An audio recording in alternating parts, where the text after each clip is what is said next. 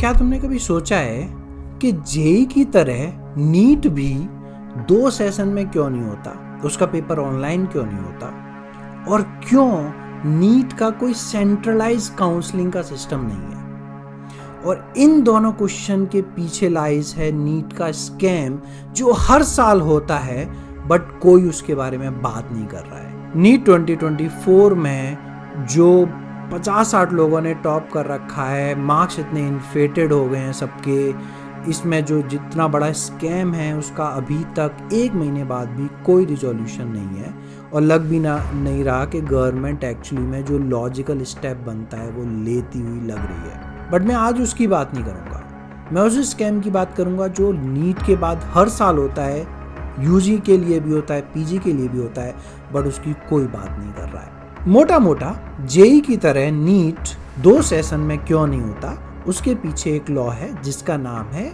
National medical council act 2019, जो एक medical advisory council बनाता है। और ये मेडिकल एडवाइजरी काउंसिल डिसाइड करती है कि नीट का पेपर कैसा बनेगा, कितने मार्क्स का बनेगा, उसका सिलेबस क्या रहेगा। इसका मतलब है कि ये चीज़ें एनटीए डिसाइड नहीं करता। मेडिकल एडवाइजरी काउंसिल ने एनटीए को अथॉरिटी दे रखी है कि तुम हमारे बिहाफ पे एग्जाम ले सकते हो।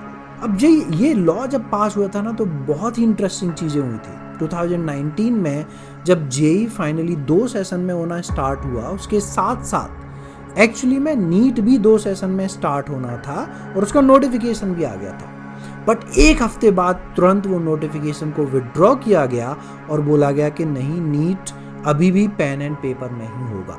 एक और इंटरेस्टिंग चीज उस टाइम पे कि उससे पहले नीट में क्वालिफिकेशन का क्राइटेरिया था 50% मार्क्स, बट इंटरेस्टिंगली जब ये लॉ पास हुआ तो उसको 50% को 50 परसेंटाइल कर दिया गया। इसका मतलब है कि चाहे जो हो जाए, जितने भी लोग नीट दें उसमें से 50% लोग नीट क्वालिफाई करेंगे ही करेंगे, चाहे कितने भी कम मार्क्स स्कोर करें। इसी वजह से नीट में क्वालिफिकेशन के मार्क्स होते हैं बहुत ही कम, 130, 140।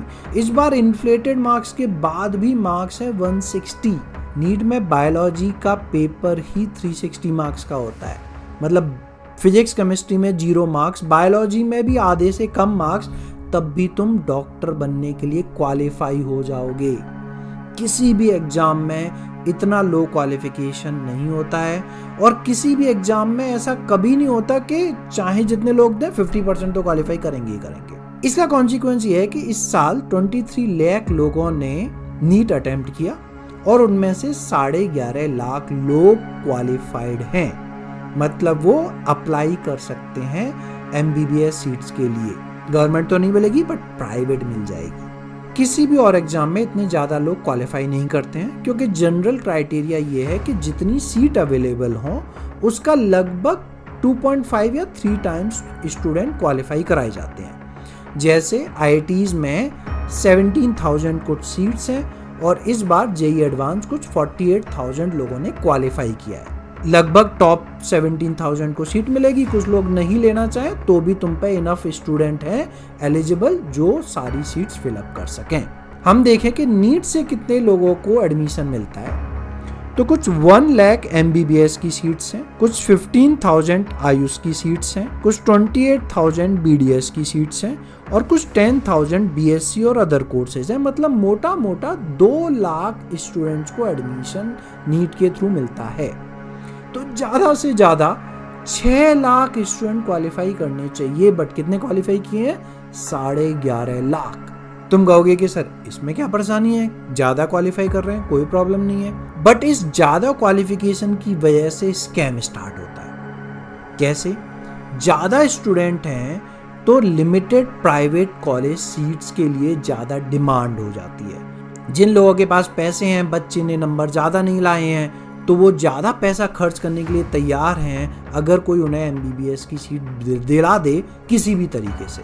ऐसा होता क्यों है? क्योंकि सभी प्राइवेट मेडिकल कॉलेजेस में पॉलिटिशियंस का पैसा लगा हुआ है। सभी पार्टीज के पॉलिटिशियंस के प्राइवेट कॉलेज हैं, तुम जाके देख लो। इसीलिए नीट में कुछ भी होता है तो वो पॉलिटिकल बन जाता है। जब 2019 में नीट में नोटिफिकेशन पास हुआ कि ऑनलाइन पेपर होगा, तो सब लोग खड़े हुए कि अरे गांव के लोग क्या करेंगे, गांव के बच्चों को तो कंप्यूटर का पता ही नहीं है, वो क्या करेंगे। आजकल हर गांव के बच्चे के पास फ़ोन है, उनको बेसिक कंप्यूटर नॉलेज है। और क्या जेईई का पेपर गांव के बच्चे नहीं देते हैं?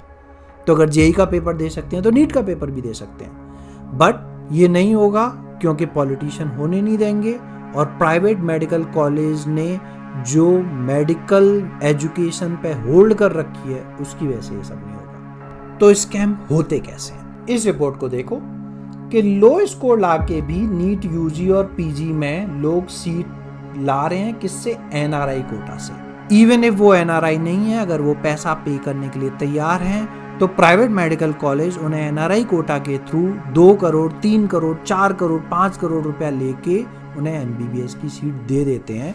ये हर साल होता है, हर साल ये स्कैम बाहर आता है। एक और न्यूज रिपोर्ट देखो किस तरीके से बैक एंट्री से प्राइवेट मेडिकल कॉलेज ने कम मार्क्स वाले स्टूडेंट को भी एडमिशन दे दिया पैसा लेके। ये एक और स्कैम है जो होता है क्योंकि नीट का कोई सेंट्रलाइज्ड काउंसलिंग सिस्टम नहीं है।